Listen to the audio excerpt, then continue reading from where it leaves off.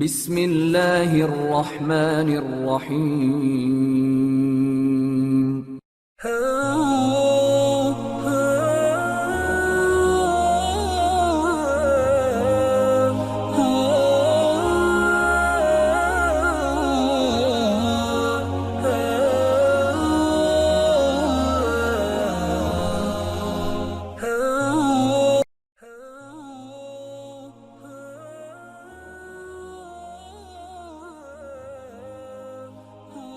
نبی کریم علیہ الصلوۃ والسلام کی ذات اقدس کے حوالے سے سلسلہ پنجتنی نے نوجوان نسل کی بہتر رہنمائی اور آگاہی کے لیے ایک سلسلہ وار پروگرام فوق البشر کی عنوان سے ترتیب دیا ہے۔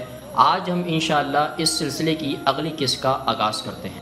یہاں سوال یہ پیدا ہوتا ہے کہ نویں صدی عیسوی کے مورخین جو نسبتاً جدید دور سے تعلق رکھتے تھے، ان کی بسر دمشق اور بغداد شہر 6 صدی عیسوی میں قائم بھی نہیں ہوا تھا، جیسے علم پسند اور اس دور کے حساب سے جدید شہروں میں رہا کرتی تھی۔ اسی طرح یہ اپنے دور میں مغز اور معلم بھی مشہور تھے۔ اس سب کے باوجود آخر وہ زمینی حقائق کو یکسر فراموش کر کے اسلام سے قبل مکہ شہر میں بت پرستی کا پرچار کیوں کرتے تھے؟ اس کی وجہ یہ ہے کہ انہوں نے قرآن مجید جوہلا کے اصطلاح سے ایک مخصوص تصور اخذ کر لیا تھا۔ عربی میں جوہلا کے کئی مطلب ہیں، جیسے بت پرستی، بربریت، تاریکی یا بے علمی یا جہالت وغیرہ کے لفظ نکلتے ہیں۔ ان محققین نے تمام معنوں کو یکجا کر کے کفر یا الحاد کے تصور میں مجتمع کر دیا۔ یوں جوہلا یا کفار سے مراد انسانوں میں ایک ایسی بے خدا اور بے توقیر مخلوق کی لی جانے لگی جو کسی بھی مقدس اور معبد قوت ذات سے منکر یعنی انحراف پر مائل تھی۔ لیکن مکہ میں کفر بے دین نہیں تھا، اس کے برعکس یہاں خدا کے مضبوط تصور اور اسی خدا کے اوتاروں کی بہتات تھی، یعنی شرک یا کثرت پرستی کا دورہ تھا۔